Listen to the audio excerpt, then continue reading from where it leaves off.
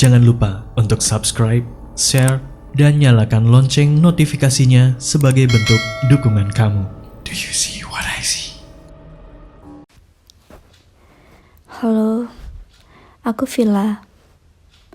Pada kesempatan kali ini, aku akan menceritakan pengalaman hororku yang kedua. Tapi pengalaman hororku yang kedua ini tidak terjadi di rumah nenekku, seperti cerita yang pertama.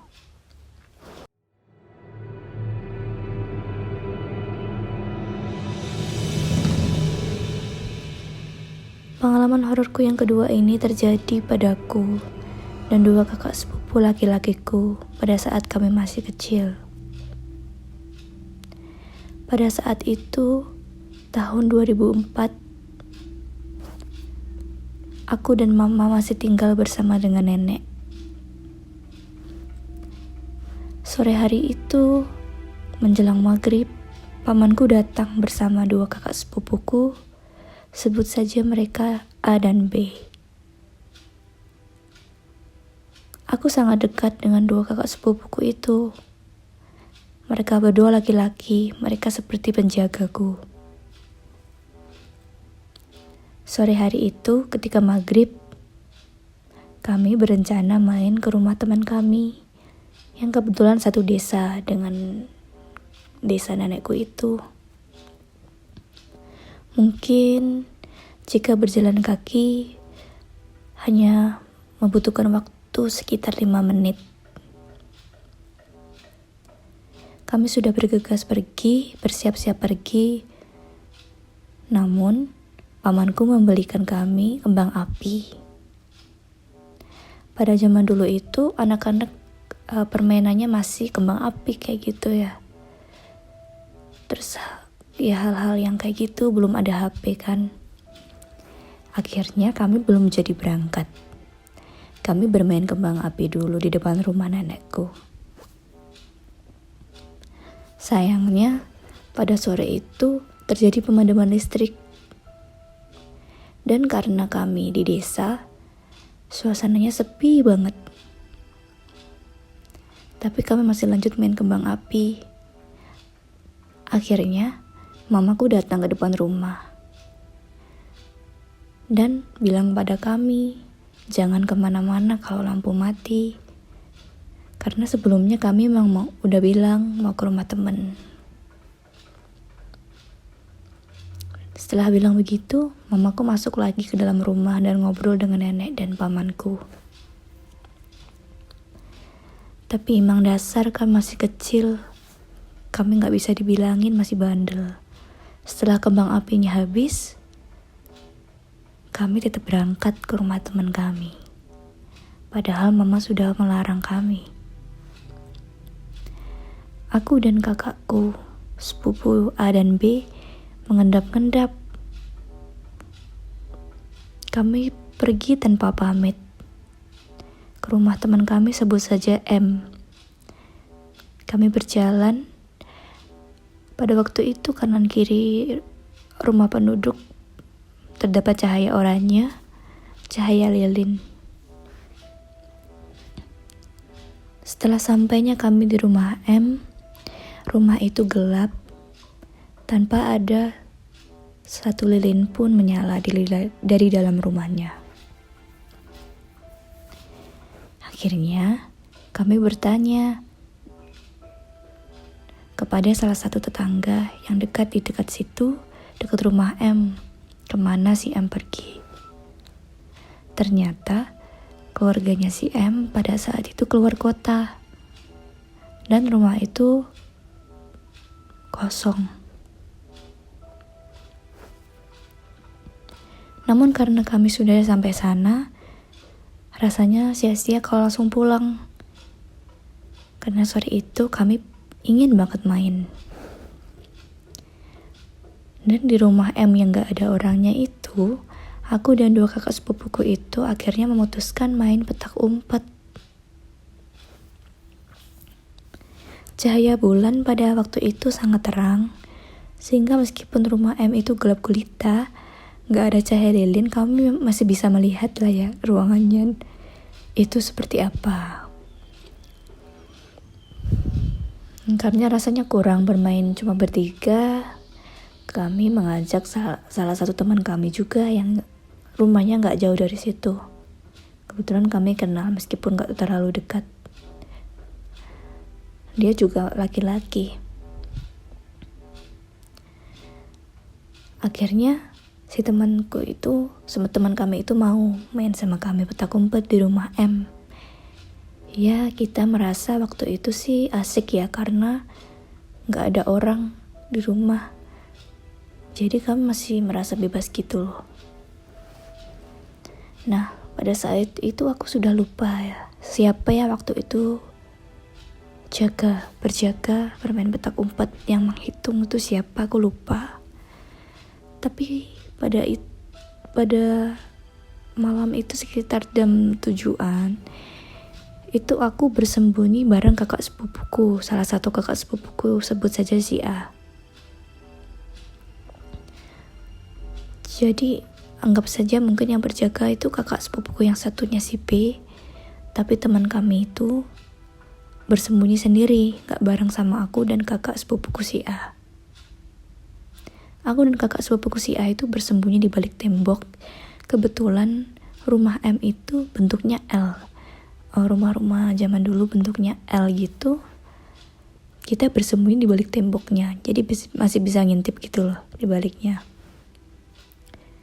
Setelah hitungan itu gak terdengar lagi, kita masih bersembunyi sambil menahan tawa. Nah, pada saat bersembunyi di balik tembok itu, di belakang ya, di area belakang rumah, memang rumahnya itu terkunci ya, tapi karena luas dan bersekat gitu, kita masih bisa main gitu loh. Aku dan kakakku si A itu dengar ada suara. Suaranya itu srek, srek, srek. Seperti orang berjalan tapi memakai kain panjang. Dan suaranya juga mirip orang menyapu pakai sapu lidi, tapi lembut banget. Ya emang kayak orang berjalan gitu. Terus kami kira itu sih temanku yang lagi jaga, kalau enggak kakakku yang B. Kami diem menunggu dari balik tembok. Kami berencana ketika dia sampai di pinggir tembok, kami mau langsung berlari ke arah jaga supaya kami gak dapat giliran jaga. Tapi suara itu gak berhenti. Seperti berjalan tapi gak sampai-sampai gitu loh. Tetap terdengar srek, srek kayak gitu. Nah, pada waktu itulah aku dan kakakku si A itu melihat sebuah cahaya kecil dari balik tembok.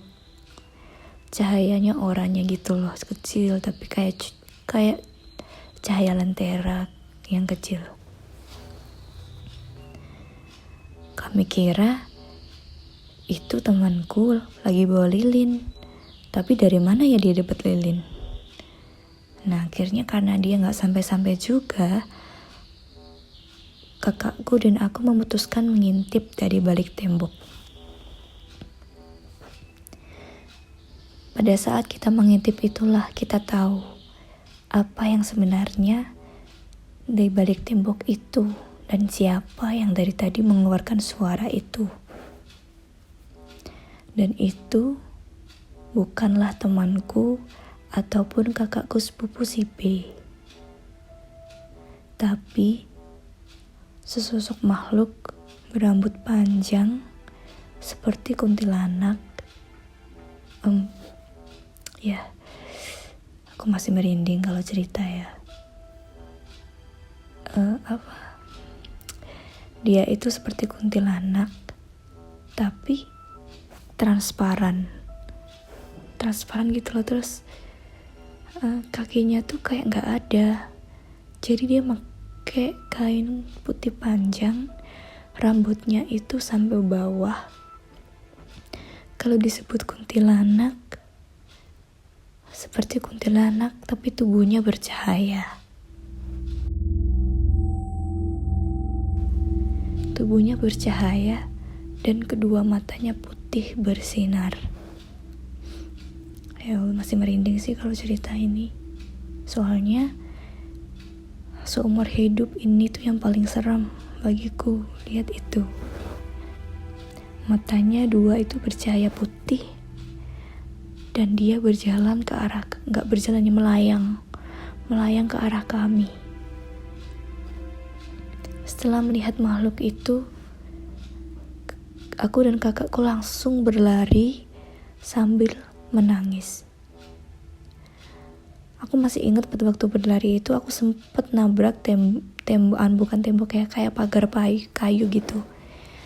Dulu soalnya orang-orang desa itu kan masih ada yang pagarnya itu dari kayu, dari tumbuhan kayu, ada kayu gitu loh kayak dibentuk gitu. Aku nabrak itu dan aku gak peduli rasa sakitnya, masih tetap berlari. Ternyata bukan cuma kami berdua yang menyadari kehadiran makhluk itu.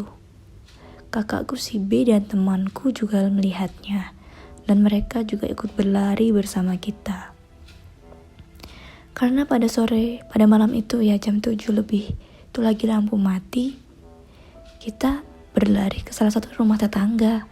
Udah gak peduli lagi kita. Masuk ke situ nangis kita, terus sambil bilang kita sudah lihat hantu. Nah, akhirnya kami ditenangkan, dikasih teh hangat, dan tetanggaku yang masuki rumahnya itu langsung menghubungi, langsung datang ke rumah kami untuk mengabari orang tuaku dan pamanku. Mengabari mamaku dan nenekku dan juga pamanku. Karena pada saat itu emang belum ada HP ya. Kalau sudah ada mungkin mereka langsung telepon. Tapi karena masih belum ada HP, mereka langsung jalan cepat ke rumahku untuk ngabarin kalau kami ada di rumahnya. Tak lama, ibu mamaku dan juga pamanku pun menjemput aku dan kedua kakak sepupuku ini. Akhirnya kami sudah selesai nangis, kami sudah mulai agak tenang, udah minum teh, kami diajak pulang. Pengalaman itu kalau aku ingat sekarang itu rasanya tuh kayak aku sempat mikir dulu itu aku halu gak sih gitu loh. Kayak itu benar-benar terjadi gak sih.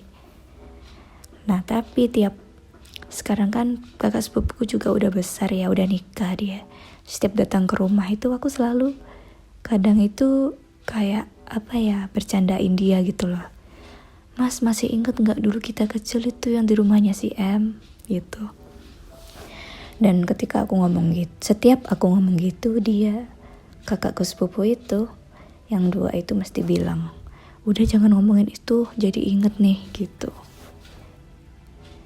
Nah, kalau menurutku, sosok yang kita lihat itu seperti kuntilanak, tetapi dia bercahaya. Aku sempet dengar cerita dari nenekku ke mamaku waktu mereka lagi ngobrol, aku curi-curi dengar. Itu ada tetanggaku yang rumahnya belakang gitu ya, rumahnya belakang di dekat pohon beringin. Dia tuh sempat melihat cahaya di pohon beringin gitu loh. Terus didatengin, cahayanya gak ada. Jadi itulah ceritaku kali ini, sekaligus cerita keduaku yang sudah aku ceritakan ini. Semoga bisa membawa pelajaran bagi kita semua untuk selalu berhati-hati dimanapun tempat yang bukan menjadi milik kita, dan jagalah kesopanan. Itulah cerita saya, sekian dari saya. Terima kasih banyak.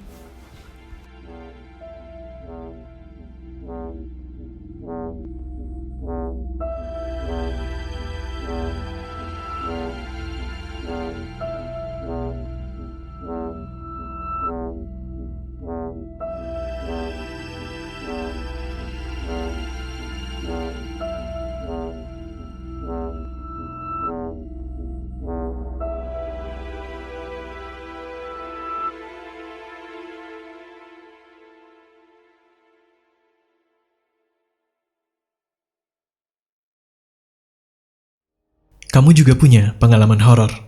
Kirim cerita kamu ke alamat berikut.